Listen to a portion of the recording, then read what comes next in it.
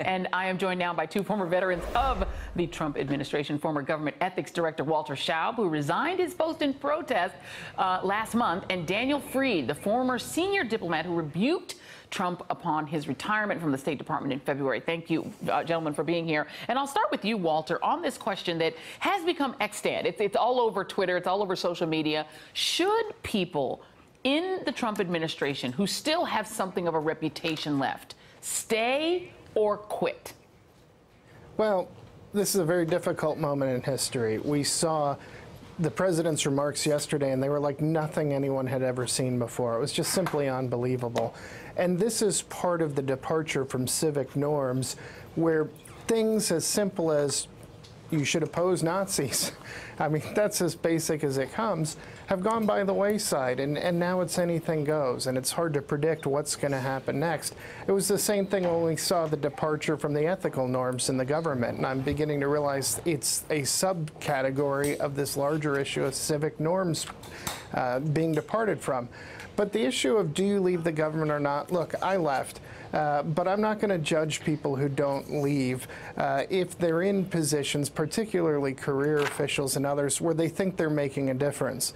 I reached the point where they were shutting us down right and left, and there wasn't more I could achieve.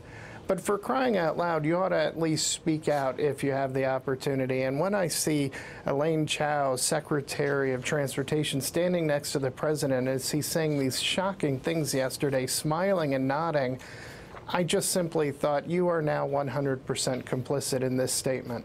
And Daniel Freed, you know, the New York Times reports that the staff was disheartened because Donald Trump was saying in public the things they had heard in private, which to me is damning of those staffers. They knew that he felt this way, but they were content to stay inside the government as long as he didn't say it out loud. And then when you have people, and I'm not saying that Daniel Shulkin is one of those who knew what Trump was about, but this was the VA secretary, somebody who's in a position of great responsibility and honor, talking about Donald Trump's comments today in public. And Shulkin, by the way, is Jewish. Let's take a listen.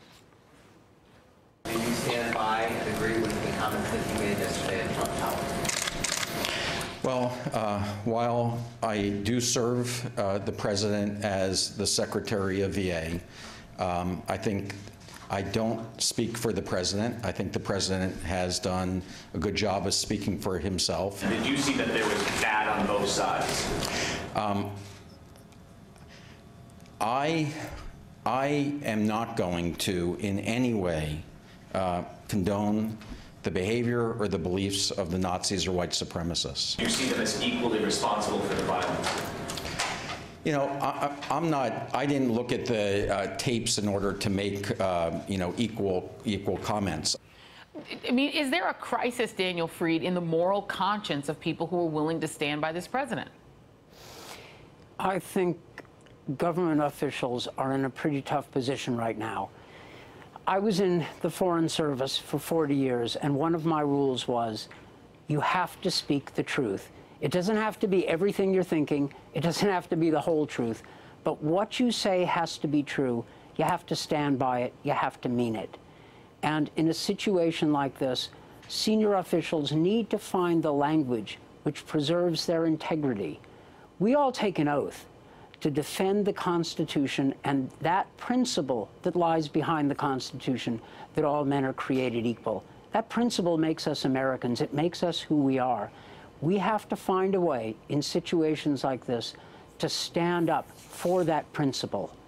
And people have to up their game in a situation like this. Right, and you know, Walter, there's two sides to it, right? There, on the one hand, people will say, if all of the decent people leave, you know, God knows what Trump would replace them with if he could find someone to replace them at all. But at the same time, if you have the New York Times saying that people on the staff, and we don't know if this includes people of color, women, and Jewish members of the staff, if they knew Donald Trump harbored these views that are favorable toward white nationalists, favorable toward the so-called alt-right, which is just white nationalists, how could anyone of good conscience stay in the government? How could you do anything but resign?